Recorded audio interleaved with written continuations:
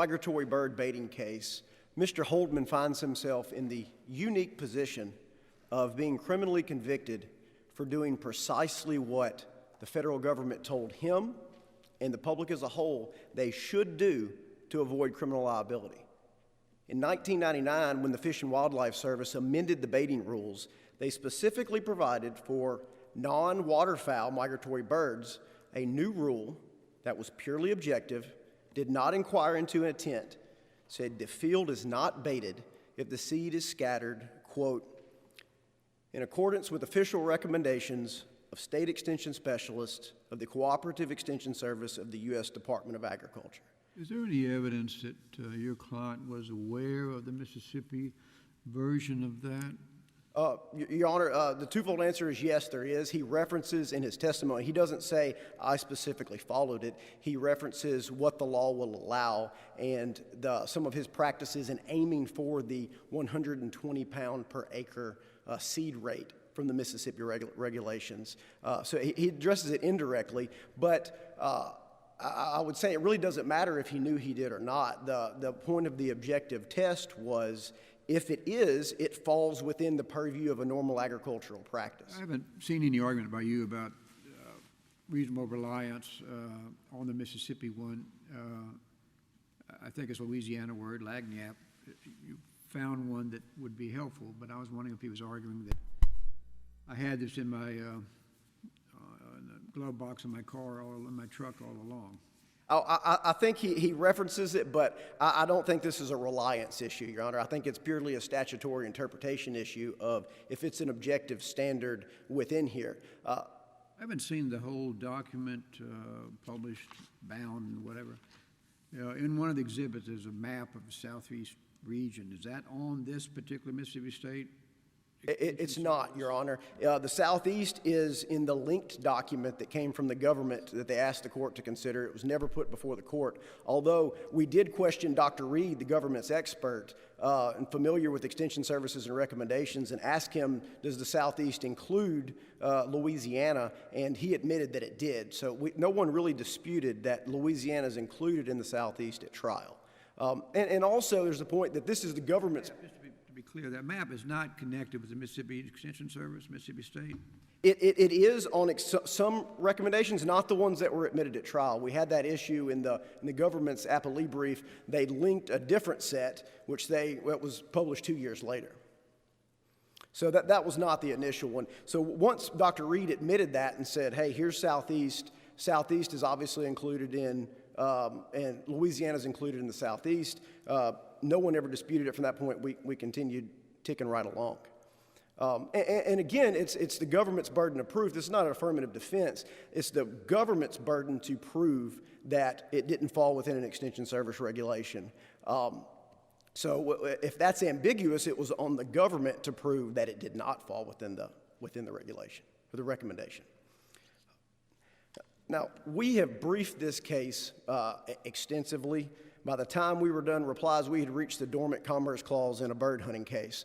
I obviously don't want to get in that minutia, but there's three particular overriding points that if you work through, it eliminates the three reasons Mr. Holdman was convicted. The three reasons were the magistrate judge's finding where she cited Fifth Circuit directives that the court nor the government have ever identified that required it to be only Louisiana, and then found that that even if the Mississippi State applied, she was going to require it to be covered with soil, even if that was not in the recommendation. And then we have the issue with the district court on appeal focusing on the solely exclusive agricultural purpose. But the way we get rid of two of those is to start with the objective nature of the test. And that's really the overriding issue, is that this is based solely on whether or not the scattering of the seed fit within extension recommendations. The government conceded that intent does not matter. The district court went a different way and said, well, it's got to be solely agricultural. And we briefed this, it was conceded, I don't want to belabor it, but there is a wrinkle there that's easy to overlook that I want to make sure is clear, is that the regulation makes a difference between migratory birds that are waterfowl and those that are not. Uses two very similar phrases but have different meanings. If if you're gonna hunt waterfowl, cranes or coots, you have to, the seed has to be present pursuant to a normal agricultural planting. Planting is very similar to normal agricultural operation that applies to non-waterfowl birds. In the definition of normal agricultural planting, the crop has to be planted for the purpose of growing and harvesting a crop.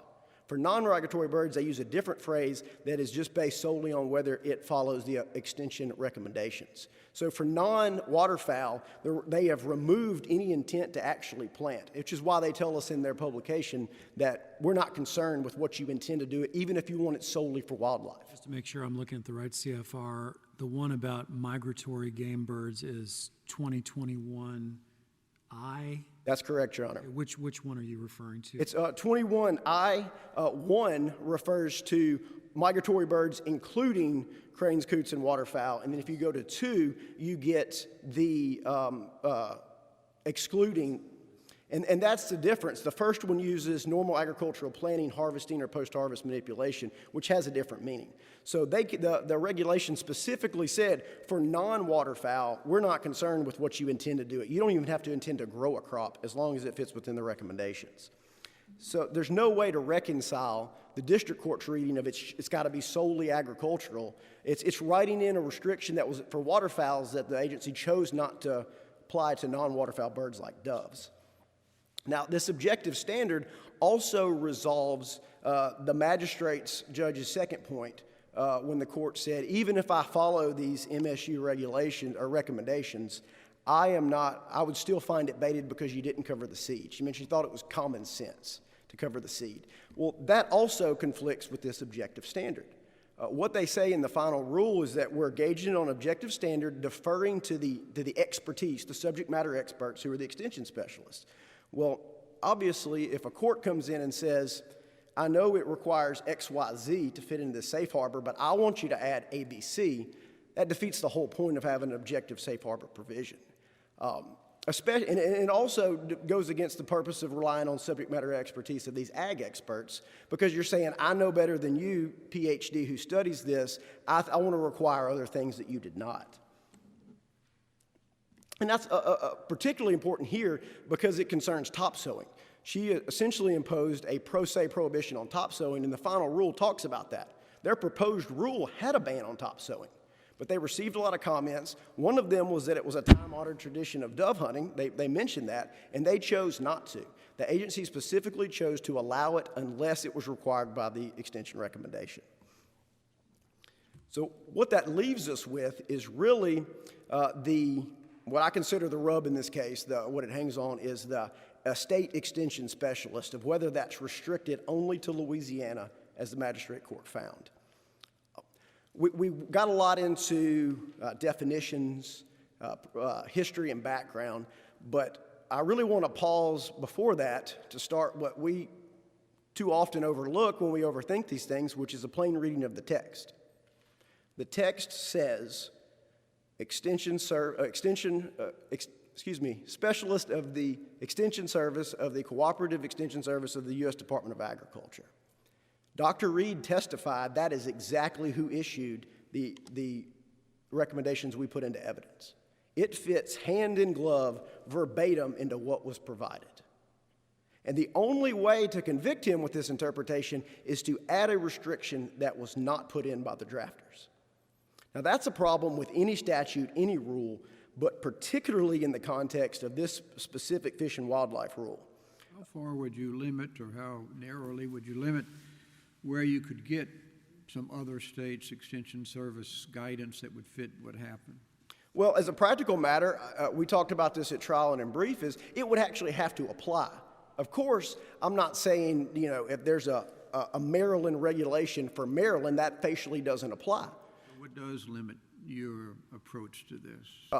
Exactly what the Fish and Wildlife Service said, which is to defer to the experts, the ag experts. We trust them to say, hey, you have a purpose. You want to grow it for deer or dove. We can tell you what crop you need, what variety, how to fertilize it, if you need to cover it, when you need to plant it. I think we can also trust them to say where their recommendations apply. They're the ones who do the research. They're the ones who develop them. I think that's exactly what the rule does. It defers to them to tell us. What you are overlooking, it seems to me, the fact that these seeds were put out in enormous quantities in the only in the area that there was this useless wire overhead and the blind, if you will, and that were not covered, were not turned under. The only thing that it could possibly be was baiting. Well, and that's what the regulation tells you. It doesn't matter if you intended to bait it. That's what the government conceded in their brief below. It doesn't matter if you plant it with the intent to attract migratory birds. The only question is whether or not it's done pursuant to the recommendations. And well, how would it be that it was uncovered, not turned under, left in this huge quantities relatively, and not turned under? well, that's, Your Honor, I would have to take that and compare that to the recommendations. And the recommendations that we put into evidence, Exhibit 5, excuse me, what I think it was Exhibit 8, they provided two choices. They provided a drilled, covered, or a broadcast. They did not require broadcast seed to be covered. So if the recommendations didn't require it, then that can't render it baited. As far as the seed rate, we stipulated at trial that the seed rate was between 111 and 118 pounds per acre, which is below the 120 that's recommended for broadcast planting on the Mississippi State recommendations. It's really, we view it, what the Fish and Wildlife Service said was take the recommendation and see if it applies. And nobody pointed out anywhere at trial or here any part of those Mississippi State recommendations that Mr. Holdman didn't follow. There's not a single part of his planning that conflicts anywhere with what Mississippi State published and we put into evidence. But I still don't understand how the Mississippi rules apply here. Because the ag experts who developed them found that they were applicable there. And I think that's really the rub of the case and the implications beyond this. When the rule says we're going to defer to them, and then we as a court or an attorney or the government can come in and say, I want to apply differently or restrict it to less states or expand it to prohibit things like topsowing that it allows, there's a rule of law issue. Just so I'm clear in my mind, the MSU recommendation applies to this area by its own terms. It does, Your Honor. What about the LSU recommendation? Does it also apply to this area by its own terms? It would. So there's overlapping and conflicting recommendations? There are, Your Honor, and I think the Fish and Wildlife Service anticipated that. They noted that they can vary. Some may be oral, some may be written. They can vary from state to state, region to region. And that's one of the things that's important to note is that the Fish and Wildlife Service knew that there are lots of extension specialists out there. They know that opinions may vary. They didn't make this hyper-technical. They didn't restrict it. They used the broadest term possible, which was extension specialist of the whole cooperative endeavor service of the USDA. And I think that's what they were trying to avoid. They didn't want a hyper-technical, hyper-legal analysis. They said generally, if it's in accord with a recommendation, it's within this window that we're okay with it. And that was part of the background. There was a lot of cases that had conflict over subjective intent, what you need to do, and I think they were resolving this with the rule. One of the things they say at the bottom of the rule is we're trying to encourage landowners to open up their fields for use. So it was this amendment was a broadening of what was allowed, not a restriction. Remind me, are you making a lenity argument? We are, Your Honor, and that's really what we could fight over anything else. I don't think anybody can read this provision and say it unambiguously requires you follow only one office or only one specialist or any other way. And if we Referring to the language that defines what a normal agricultural operation is. Correct, Your Honor. When they say it's okay if it's pursuant to a normal agricultural operation, I don't think anybody can look at that and say, you know, I can read that and tell I need to go only to Baton Rouge. And that's really what I think is conclusive outside of everything else. But also the somewhat absurdity is they want to say, hey, it's okay if you do this, but if you follow 12-year-old recommendations from Baton Rouge, you're from a retired specialist, that's perfectly fine. Your activity's normal. But if you follow recommendations that cover your particular crop in your particular area, you can't follow those because they're from 3.5 hours away in Starkville. That's not really what they're intending. They're not saying you have to narrow this in. They're leaving that and saying, hey, agricultural experts, you make the recommendations, and by their face, like the Mississippi State one, we can tell if they apply. I believe I'm out of time. Thank you. Counsel. You have time for rebuttal.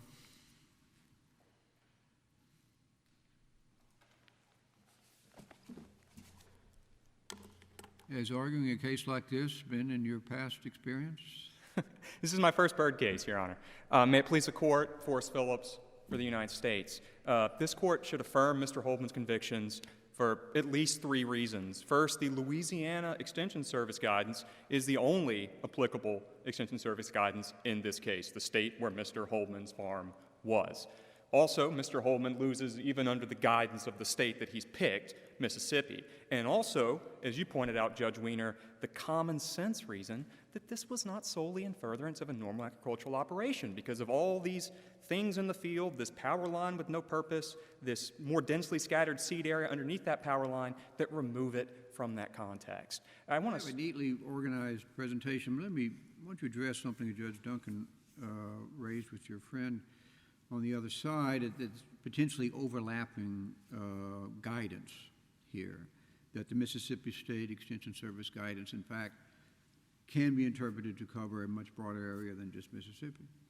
Yes, Your Honor. Well, that goes to the first point here, that Louisiana is the only applicable guidance no matter what this document from Mississippi says. The regulations, when they say that a normal agricultural operation is one conducted in pursuant to the official recommendations of state extension specialist, state extension specialist is a term that goes back over 100 years. And from its creation, it is something that is definitionally state-specific. Congress said we've created this new entity, the USDA, and states pick what university you want your state extension service to operate out of. That service is going to provide recommendations to your state or region within your state to help further agricultural pursuits. And more recently than that, we've got some discussion about how broad these state extension services should be considered to cover. And that comes from the Fish and Wildlife guidance that Mr. Holdman offered into the record here as an exhibit. This is 504, 505 of the Record on Appeal. That guidance contemplates, again, this is Fish and Wildlife guidance, sub-regulatory guidance, an explainer for hunters. It contemplates what to do when your state does not have official recommendations for, say, a food plot plant. And it says in states where you don't have recommendations for a food plot plant, the seed should be planted in accordance with the Extension Service guidelines for producing a crop. It doesn't say in states where you don't have recommendations, go find a state that does. Am I wrong to believe that if this had happened in Mississippi, it would have been with the same result? You're absolutely correct, Your Honor, and for multiple reasons. For the reason that the district court judge articulates in his final opinion about this solely language and how, independent from this really technical dispute about guidance, this is not a normal agricultural operation, but also because the Mississippi guidance, taken in total, also prohibits this. Now, opposing counsel is correct. That full document is not in the Record on Appeal. We linked to it. But it's absurd to think this one-page explainer is everything that Mississippi has said about how to plant food plots. It has no information about soil coverage for any of these. I think it's 40, 50 crops it identifies, including some that are going to start underground categorically, soybeans, winter peas, stuff like that. This is clearly a one-page explainer they've put out there that's been seized upon, as you pointed out, Judge Southwick, after the fact. Now, there is nothing in this record that suggests Mr. Holdman's trying his best to check all the boxes, complete his agricultural operation in accordance with this Mississippi guidance. Remember, when Mr. Holdman is approached by Fish and Wildlife agents in the field, and to a lesser extent on the stand in court when he testifies, he says, I don't follow the normal way to plant stuff. I've got my own special operation, and I grow it in a special, unique way that myself and some others in my niche industry have figured out. And it's not what the experts are going to tell you to do. There is that feature of this case that the defendant does have an extraordinary operation raising these whatever, not exactly domesticated deer, but anyway, not wild deer. And as far as the record shows, what he explains as how he manages that would be correct. And I don't know how consistent his operation for the feed for this deer, how consistent that is with what we're talking about in this particular case, which we're saying violates the Extension Service guidelines. Yes, it's Help me with inconsistent. that. How does his specific business overlap with and potentially, because of its nature, ends up being inconsistent with the guidance? It's inconsistent with the guidance, and as far as how it overlaps, prior to this new guidance that came out in 1999, there was a more complicated test supplemented by courts about, well, is this something that farmers in the area might normally do? And the Fish and Wildlife Service said, we're done with that. It's too subjective. You've heard these words, subjective and objective, throughout this case. We're going to set a rule where you got to follow Extension Service guidance. And he simply hasn't in this case. And to be clear, Judge Southwick, nothing prevents Mr. Holdman from growing his farm as he sees fit for his deer. He just can't hunt over this freshly thrown seed. And I want to point out something else from the Fish and Wildlife Explainer. Again, this is sort of sub-regulatory guidance, but Mr. Holdman's entered the record and begged the court at every step to consider it. I don't know how much clearer Fish and Wildlife can be. Seeds freshly planted or otherwise distributed for the purpose of luring, attracting, or enticing doves within gun range will be considered baiting. To avoid any question, planting of wildlife food plots should occur early enough to allow time for the seeds to germinate. Well, if this were not baiting, why wasn't the seed covered, and why was it so much just in this one area so excessively sown?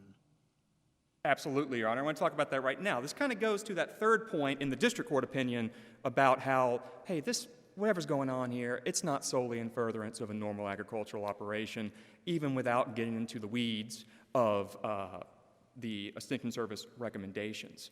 And that is because when the district court assesses this, it sees several things that have no agricultural purpose whatsoever. Whether they're subjective in Mr. Holdman's mind or objective, is this something the guidance recommends? And that's this increased seeding rate under this power line, seeded more densely. At no point does any guidance anywhere suggest you to, in the part of the field with your power line, you should seed more densely. It doesn't suggest a power line at all. The only purpose for this artificial improvement is to attract doves. And I think the district court understands that, and it says, we've got a big field here. Let's zoom in on the part where the baiting's occurring, and it's got every single indication, none of which are coupled to any recognizable agricultural operation, purpose, practice, at all. And as far as the idea that intent, that the purpose of something has no bearing when it comes to this definition, the definition is objective, but it's also written text on a page. Normal agricultural operation means a normal agricultural planting, harvesting, post-harvest manipulation, or agricultural practice conducted in pursuant to the official recommendations. Now, the bulk of that definition, normal planting, harvesting, or post-harvesting manipulation, is defined in the very next subsection up. I'm talking about 20.11 here. And it explicitly defines normal agricultural planting, harvesting, or post-harvest manipulation as one undertaken for the purpose of producing or gathering a crop. So we can quibble about whether this is an objective. Can you identify an objective purpose how this leads toward producing a crop, or whether Mr. Holdman's mind when doing it was to produce a crop. But at the end of the day, this power line has no purpose at all except to attract doves. This increased seeding rate has no purpose at all except to attract doves. The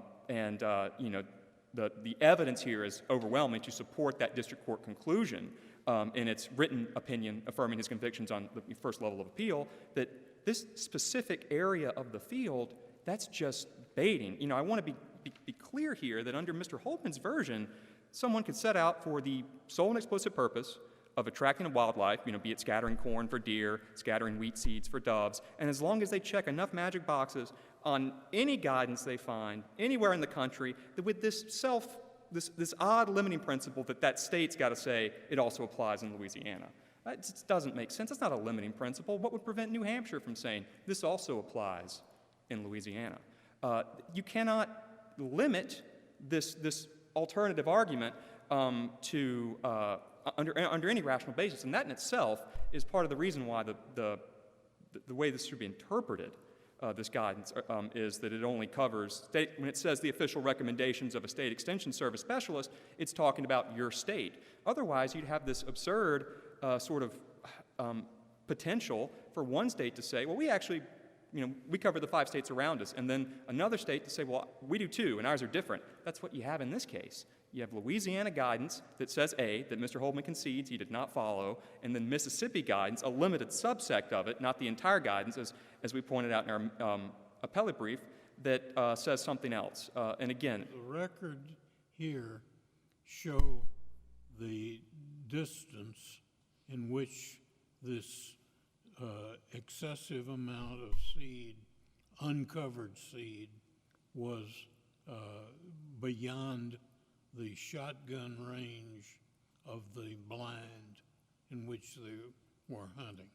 What you've got, Your Honor, is an aerial photo showing the scope of the entire operation, as well as testimony at trial that from the wildlife agents, I believe it was Agent Hatton, that the area around this artificial telephone line, around this hunting blind that again had chairs in it, spent shotgun shells, dove decoys, that was seeded even more densely than the other areas of the field. Now, the exact, pounds per square inch, pounds per square acre, rather, you're not going to find that, the increased amount, but we do have in the record, unrefuted, the seeding rate is increased under this artificial telephone line.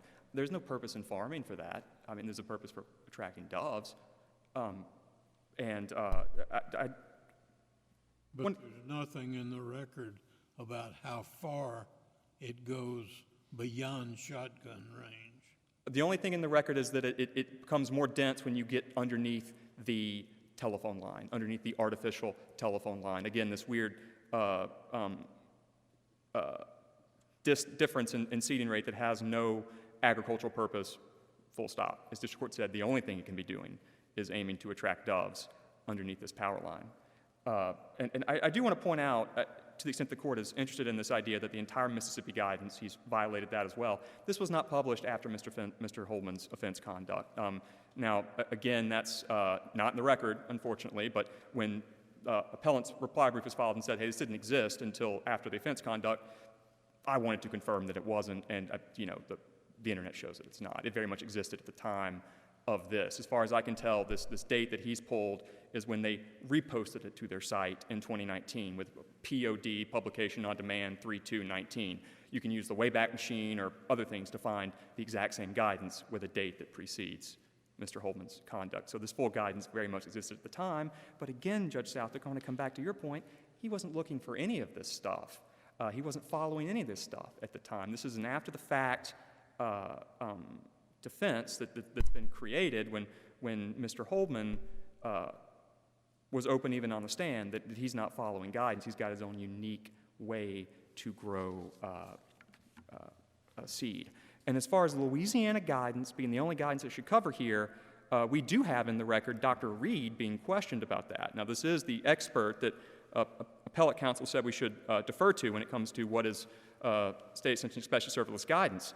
And he says, when asked on direct and then again on cross, this is 304, 305 in the record on appeal, and then the cross section kind of starts around page 340. No, that's irrelevant because that's not the state of Louisiana. You can tell it even takes him certain amount of time to realize what's going on here, because he couldn't conceive of the fact that someone would say, I've got this guidance from another state that applies. And as far as I can tell, Your Honor, searching, these bird cases as they've made their way to circuit courts across the country the last 20, 30 years, there's never been a court, a district court even, for that matter, that said, use the guidance from another state, you can do that. This is a brand new position that has no support for any of the reasons we talked about, that these are definitionally state-specific entities from their creation, and every other statutory tool, this goes to your rule of lenity question, Judge, advocates for this being state-specific. The Fish and Wildlife Guidance says multiple times, in states where you don't have guidance for this crop, use the closest guidance in your state.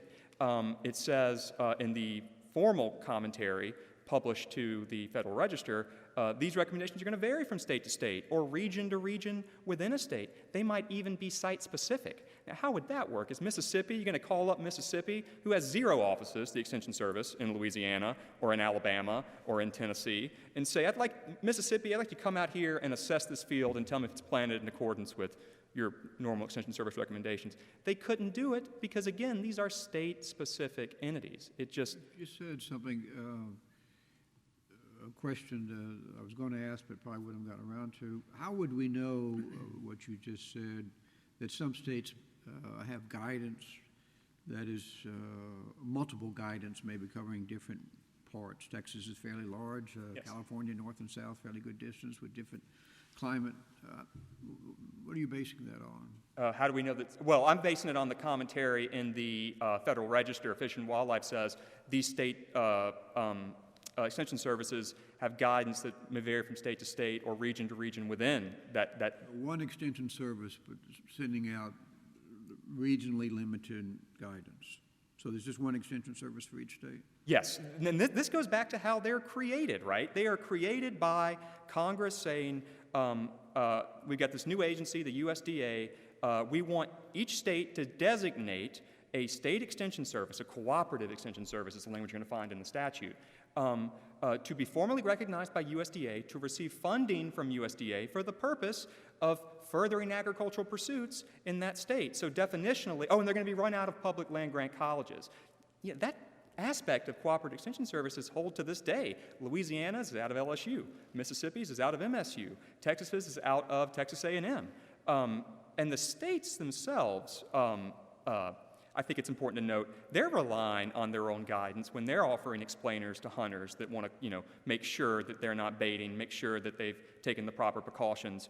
And they're not saying, I linked to one from Texas's, you can find them for any state. They're not saying there are many of these, some states cover multiple states, go out there and find one that works for you. No, when they define what is considered a normal agricultural operation, thus not baiting, they're using their own state's guidance. Like I said, to do something differently creates an absurd result where the only limiting principle would be what each state says. This guidance applies only to these 5 states. Mississippi says that. Next door, Louisiana might say, no, ours apply to 10 states, including Mississippi. It's just not workable, and it contradicts every step, the statutory context. And again, this is sort of an oversimplified plain language argument you've got from the appellant side, because we're not dealing with the definition of state. We're dealing with what a state extension specialist is. That's capitalized in the guidance. That's a term of art. And so, this floating definition of state is frankly irrelevant to this case. And every single more convincing interpretive tool that we have says, no, it's the state that you're in. And again, that includes the only record discussion we have of this with Dr. Reed. So I want to sort of sum up here by touching on all these 3 things again in quick succession. The Louisiana guidance is the only guidance that applies when you look at the statute in context. Every interpretive tool we have, from the comments in Fish and Wildlife, the history under which this thing came about, the sub-regulatory guidance that Mr. Holdman has begged the court at every turn to look at and consider, magistrate judge on up, and common sense. You'd reach an absurd result if you let states define their own bounds of their state extension specialist. and that defeats the rule of linearity too, when you have all these statutory tools of interpretation advocating against it. Rule of linearity only applies if you've got a grievous ambiguity after using all of those tools. But Mr. Holdman loses even under his state of choice, Mississippi, because again, the complete guidance, which the magistrate judge and district court understood this was not a complete chart, right? You have both of them saying, district court judge expressly, Mississippi does not contemplate leaving seed uncovered. That doesn't make sense. And finally, Judge Wiener, to your point, just the common sense position that the district court judge seized on too, that aspects of this field have no agricultural purpose whatsoever, be it the seed scatter rate, how it varies as you get closer to that artificial telephone line, the fact that there's an artificial telephone line there at all. And again, I think it's been slightly overstated to the extent that you consider the purpose of that power line, because the definition of normal agricultural operation includes that normal agricultural planting, harvesting, post-harvest manipulation language, which expressly contemplates the purpose of the thing that you're doing. And that can be objective or subjective, but either way he loses. That's the thing here. Mr. Holdman loses if it's an objective standard. He loses if you consider what's in his head. So, I mean, it's many ways to reach an affirmance in this case. All of them, I think, pretty simple. And with that, unless the court has questions, I'll rest. I have one question. Yes, Your Honor. And I think it was answered before. If this had occurred in Mississippi, would the result be any different? It would not be any different, Your Honor, and that's because both the complete Extension Service guidance in Mississippi would say this is not a way to plant a field, and also because you'd have these artificial improvements that have no agricultural purpose whatsoever. You'd have this seed scattering rate variance, as you said, when you get into the power line, that has no difference whatsoever. It would be baiting. Again, Fish and Wildlife Guidance said explicitly, freshly thrown seed, that's going to be baiting. So with that, I'll rest.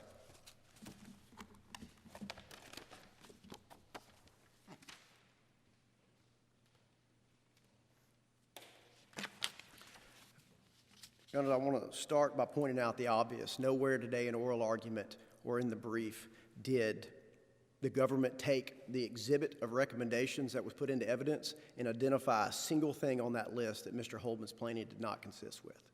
We can argue over the legal issue of whether or not how we define that term, but there's no factual argument that his planning was not in exact accord with that. And I do want to clarify, Judge Wiener, your reference to excessive seed rate. It was stipulated by the government that that seed rate was across the whole field. They had GPS locations, but it was below. That was stipulated by the government and agreed to at trial. So if the Mississippi state applies, it was within the parameters of the seed rate there. This argument now that the Fish and Wildlife Service requires it to have a agricultural exclusive purpose for non-waterfowl is the exact opposite of what the government told the district court and what the guidance says. Let me quote page 115 from the record. This is the government's brief to the district court. This is a purely objective standard. If it is spread in accord with an extension recommendation, it's not considered baiting regardless of whether it was intended to attract migratory birds for hunting. That's what the government said, the exact opposite of what you just heard. That's exactly what they say in their interpretation, dove hunting and baiting. The service recognizes wildlife food plots, have no agricultural purpose other than hunting and wildlife, as normal agricultural operations, provide they are planted in accordance with Cooperative Extension Service recommendations. The government says that completely clear. You can plant it solely for hunting if you follow the Extension Service recommendations. That's why the recommendations the government said to use that they put into evidence from LSU, they weren't for growing a crop. They were for wildlife food plots. And they say in there, you don't have to be a farmer, you don't have to intend to harvest it. So to come in here and say, yeah, it needs to be an exclusively agricultural purpose is changing what they said below and changing what the law very clearly said. They were right the first time they said that. I've got some caution I would have to urge the court to do when we start talking about this is common sense. Well, of course it was baiting. It's common sense that he did this thing or that thing.